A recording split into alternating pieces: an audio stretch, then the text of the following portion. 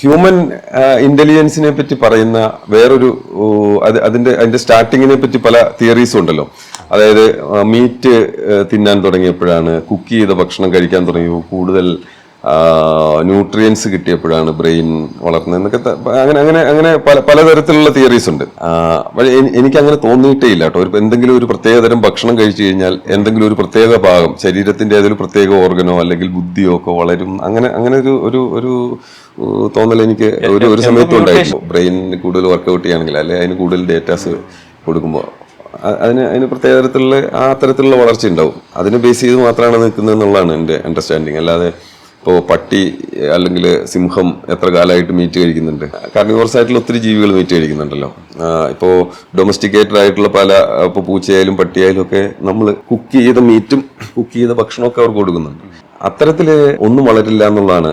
Fat മാത്രമേ വളരുള്ളൂ എന്നുള്ളതാണ്.